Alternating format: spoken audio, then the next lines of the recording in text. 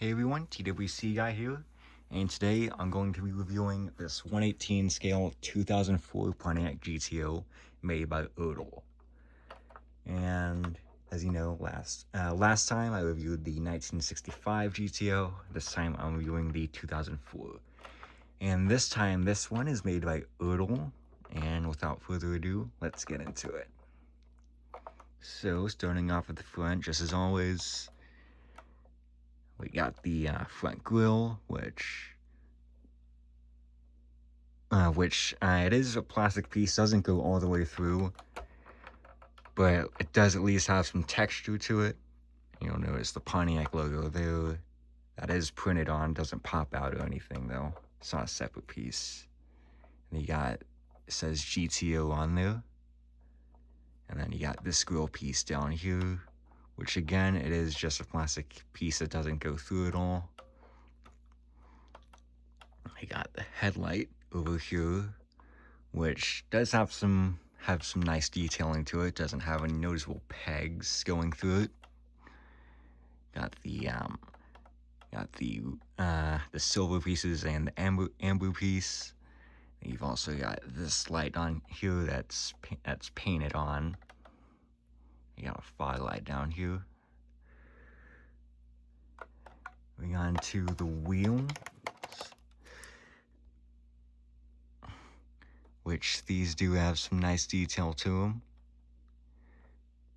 And you got the brakes also, which the discs do move when you turn the wheel, and the caliper stays in place. And then you got a GTO logo right here, which again is printed on. It's not a separate piece, it doesn't pop out. Then going to the back, got the tail light, which has some good detail to it. And then you got the license plate, and then the Pontiac logo up here, which again is printed on. And I got the GTO logo and the 5.7 because it's a 5.7 liter V8. And you got the exhaust pipe down here, which honestly, I would have liked it if it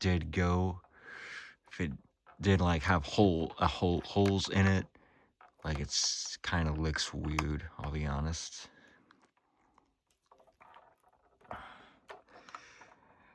Now everything on this does open, so we can open the hood, the doors, and the trunk.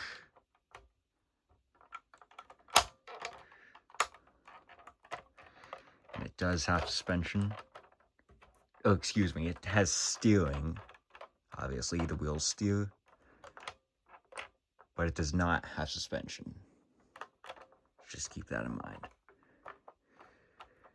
And then, looking at the undercarriage,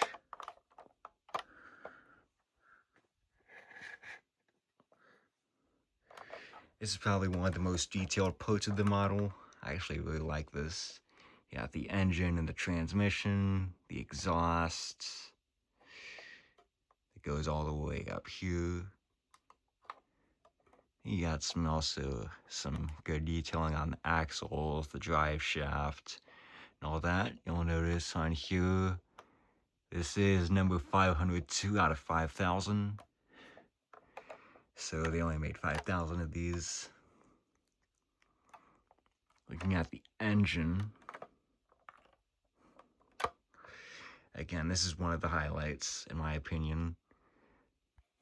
If I can get it to focus. Sorry.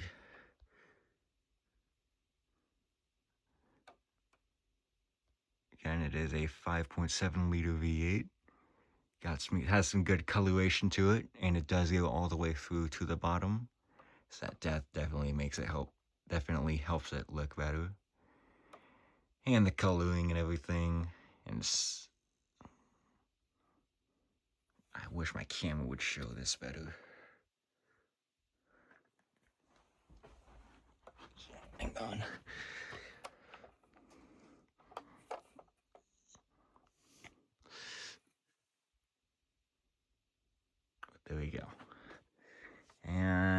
finally, the interior.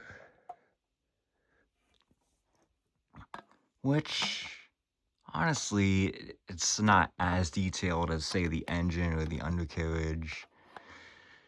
Yeah, and it does have some coloration, like the seats are red, even in the back. And let's get a better look on the driver's side. Again, the insides of the doors are also colored in quite well. Does not have any carpeting, which I feel like this one totally could have had it if it wanted it. By the way, it does have the rear window does have the defroster, so that's a nice touch. And the doors do have windows on them.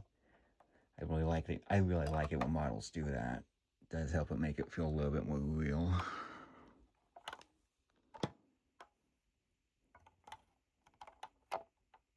Then looking at the interior, not a whole lot of coloration, but the brake pedals down here,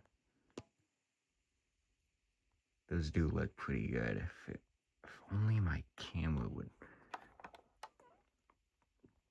I guess it's really blurry.